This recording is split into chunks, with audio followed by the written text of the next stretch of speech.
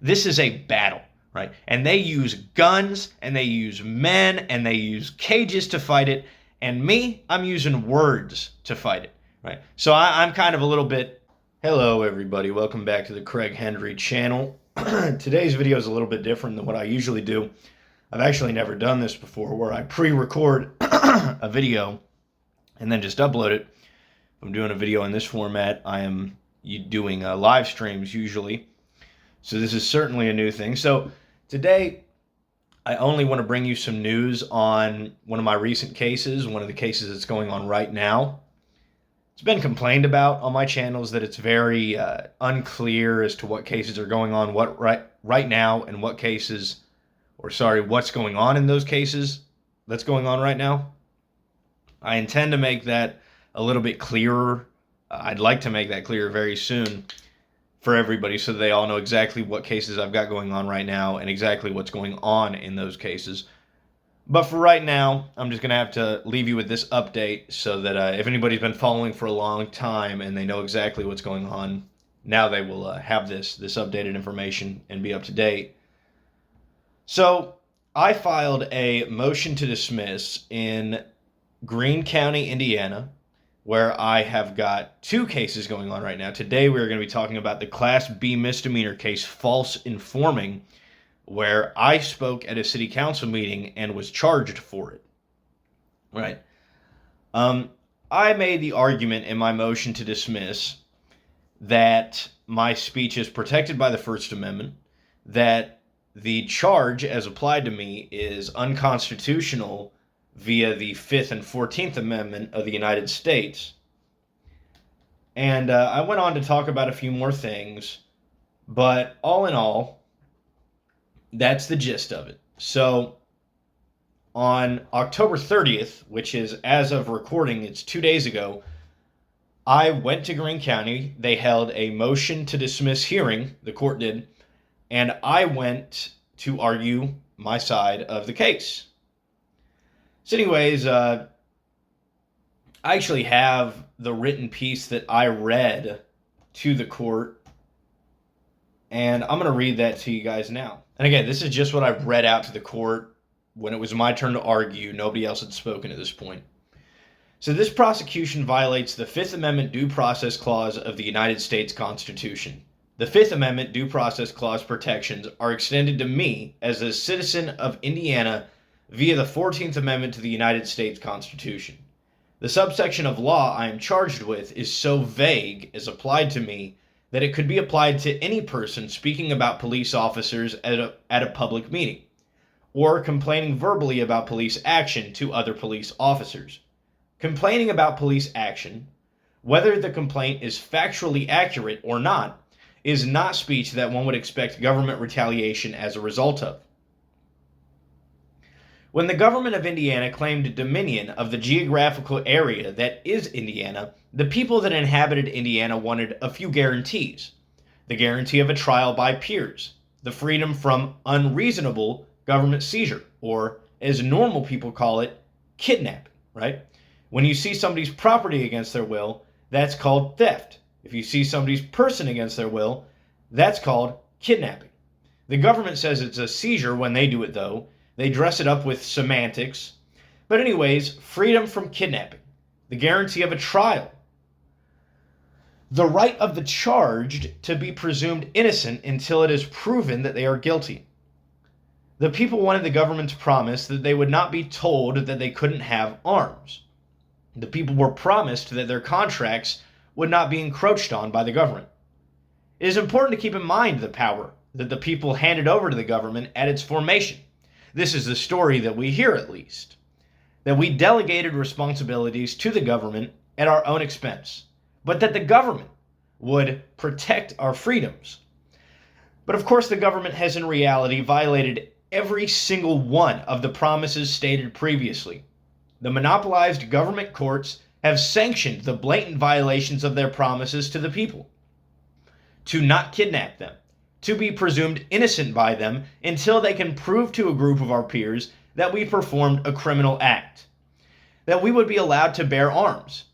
They even lied that we would have a right of contracts. when a basic state minimum wage law can be seen by a blind man to violate my right to contract with my fellow man? Now, after all of this, the state is willing and even desperate to push their violations even further. The promise was also made to people like me, by people like the state, that I would have the right, free from government encroachment, to speak freely, on any subject whatever. I guess that when you all took the oath to uphold that part of the Constitution, you must have meant any subject whatever, except for me. You can speak on any subject at all, but if it's me, that's a subject I will not allow.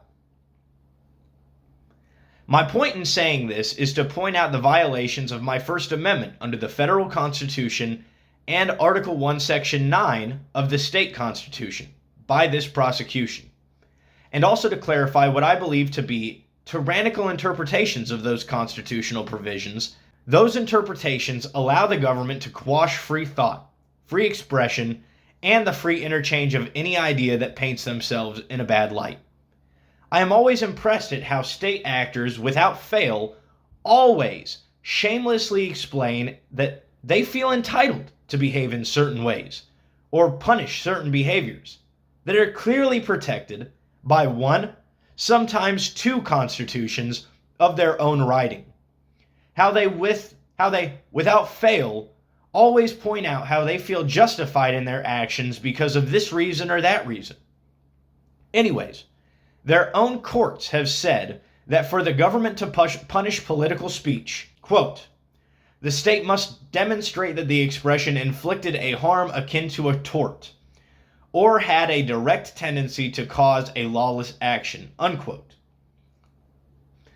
So in what way did my words cause harm akin to a tort? Or if they had not, what was the lawless action that my words at a public meeting provoked, or had a tendency to provoke? I doubt they, the state, will answer that here. But it is a question that has to be answered by them. Nothing I said caused anything akin to a tortuous claim by the defendants, or anyone else, and no lawless action that happened after my words were spoken can be attributed to my words. I am very disappointed, to be completely honest. I have now served time on this cause. As little time as that may be, I've served time in a jail cell. I have been forced to pay $1,000 for the benefits that come with the presumption of innocence, in violation of my due process, of course. And now I am having to come in and explain to you that speaking your mind about public officials is not a punishable act. So with that being said, I'll save the rest of my extensive time for rebuttal. And then I meant to speak about something else, but I didn't. Either way, that is what I said. Now, what the state said, I don't have that written down. The state had a witness there. They had the chief of police from Linton, Indiana, Paul Clark. And Paul Clark, he testified a little bit. And, ultimately, I wish that there was a video recording of what happened in the courtroom, because I'd love to show you guys my cross-examination. Which, I'm not a lawyer, right? So, my cross-examination isn't going to be the best, obviously. But I did ask a few questions before I just said, you know what, I'm just going to stop right here. Because the whole deal is, and this is something, I don't want to get too far off on a tangent, so I'm going to write down. Yeah, it's important to keep in mind when you go to a motion to dismiss hearing as a person that the government sees as their enemy, as a person that speaks truth, as a person that does not compromise his ethics or morals to fit in with other people. When you go into a motion to dismiss hearing as a victim of government overreach, you have to understand a few things. The judge is not siding with you, right? The judge is the government. The state is prosecuting you. The state is judging you. The state is not going to rule in your favor, right? So it's better to be realistic when you go into a courtroom like that. What can I do? What can't I do? What am I going to accomplish? What am I not going to accomplish? So what I could do in there was speak the truth, right? That's what I can do. And ultimately, there is going to be a written record of my truth speaking throughout history, unless they destroy it. But Another thing that I could do is I can tell truth to power. Right? That's all I can do. Right? At this point, what am I going to do? Right? Because let's all think about it. And this is something that I've been fighting with for a few months now, ever since I got out of jail. Right? I just did 9 months in jail as a victim of government overreach. And what am I going to accomplish? Not much, right? Ultimately, as a man, I can go into this courtroom and I can speak the truth, and I can go to sleep at night. I can take deep breaths as a man and feel comfortable with myself, or I could go in there and try to pander to these people who are never going to rule in my favor at all, right? And I can try to pander to them, and I can be ashamed when I leave, right? And I can lose sleep at night because I was a coward, right? These are the things that I can do, right? I can make sure I don't feel like a coward. I can make sure that I sleep with myself at night. I can make sure that I can look at myself in the mirror, right? What I'm not going to accomplish, I'm not going to change their mind. Right? I am not going to convince them that I'm right and they're wrong. I'm just not going to, right? So ultimately, people will comment and they'll say, oh, you screwed the pooch. You went in and, you had this opportunity to change their mind. Yeah, save it. Save it. I'm not hearing any of it. Nobody that has a brain would even entertain anything like that. This is a battle, right? And they use guns, and they use men, and they use cages to fight it. And me, I'm using words to fight it, right? So I'm kind of a little bit, I have a disadvantage, right, in this fight. So, but this is what I can be honest about. So in my cross-examination, I asked Mr. Clark, because you understand the whole allegation of this charge is that I lied. The whole allegation is that I informed somebody in a false manner about something that a public official did. That is what the charge false informing is. So they're saying that I lied about police officers at a city hall meeting, right? And so I asked Paul Clark, the chief of police in Linton, the guy who was the state's witness on cross-examination, I said, Paul, are you sure that I said what you think I said?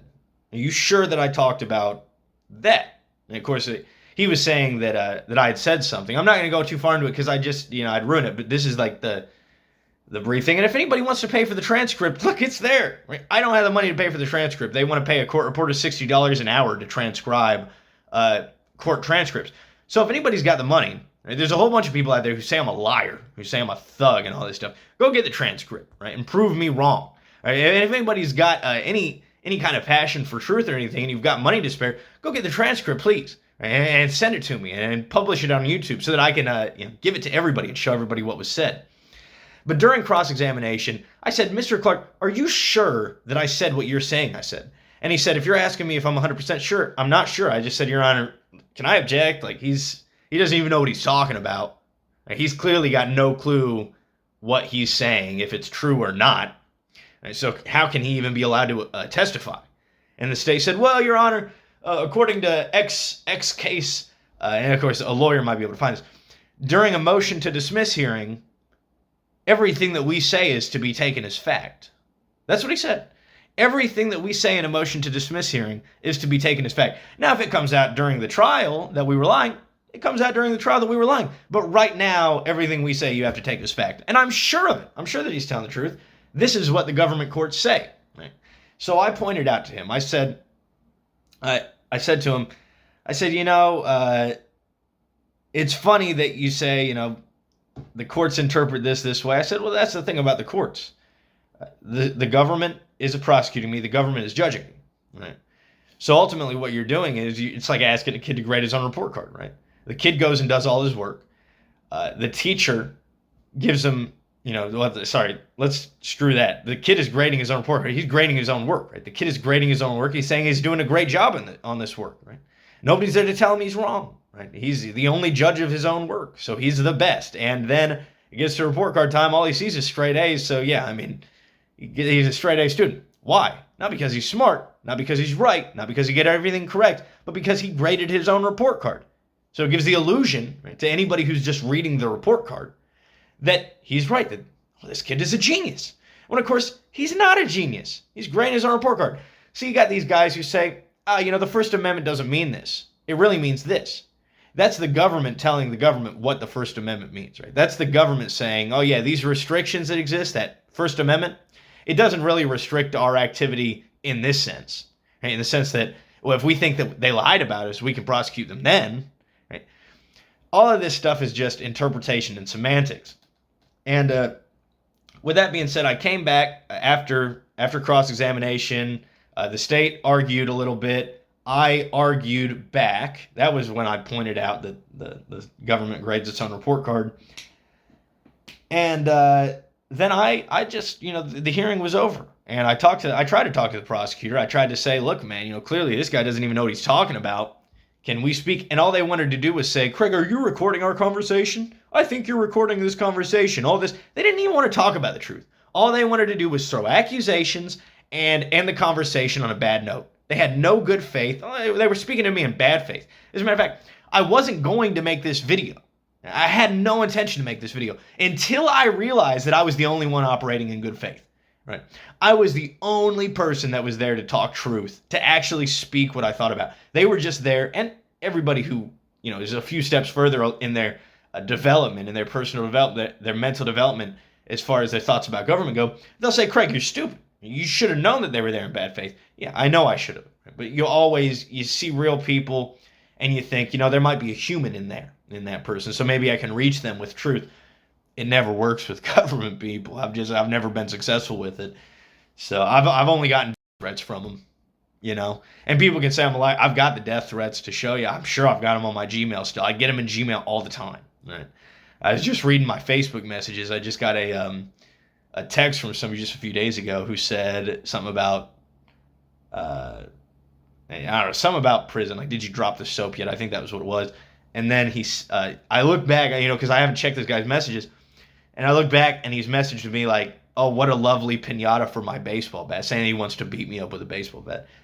And this stuff is just stuff that I ignore, right? Because ultimately, if I wanted anything to happen to those people, I'd have to go to the government, right? And those people are the government. And they make burner accounts. They make fake accounts so they can threaten people's lives with no consequences. They don't even need to do that. Right? They hold the reins to power, so they just ultimately don't prosecute themselves. But everybody, I've gone off on a tangent. This video will, I'm sure, be a lot of nonsense to most of you. I'm sure that most of you won't have made it to this point, but I don't know how else to put what's happening to me out there. So for lack of a better format, this is the format you're going to get the updates in right now. That's what happened in the motion to dismiss. The conclusion is that my motion to dismiss was denied. That was to be expected. The motion to dismiss was denied last night, I think. I got a text from one of my good friends. He, of course, knows that I know it was to be expected. He was just letting me know that it happened. And, so the motion to dismiss was denied. I have a court hearing in 2 days, November 3rd. It's a final pretrial for this Class B misdemeanor case. And it will be when we iron everything out. Right? We iron everything out. We get ready for jury trial, and they start to set the stage. Right? I'm not going to be setting the stage. I'm not the one that's going to be out here putting on an act. Right? That's going to be holding a mock trial. So they're going to be setting the stage for their mock trial. I'm going to be bringing all the information to you in all the ways that I know how. The trial, I don't even know the trial schedule. I'll tell you after November 3rd. But it looks like this is going ahead. So with that being said, wish me luck. If you want to send your support, I've got my Cash App, PayPal links in the description below. This is really tough to do this stuff financially. When the government, they blacklist you from getting a job. They make it impossible to do your job online as far as exposing them goes. It's very unfeasible economically. So any support, it always helps, guys. So I appreciate it. And, of course, I appreciate the people that have always been there for me, the people that have been there for me in a big way. I need to start getting your permission to put your names on here, but for lack of permission, I've got one that I know is fine with it, Mark LeGrand. He is a massive supporter of this channel, of me doing what I do in life. And the guy doesn't have much, right? The guy doesn't have much to give, but he gives what he can. And I appreciate him, and I appreciate everybody who does that kind of stuff. So with that being said, everybody, Craig Henry out. Thanks for watching. We'll see you in the next video.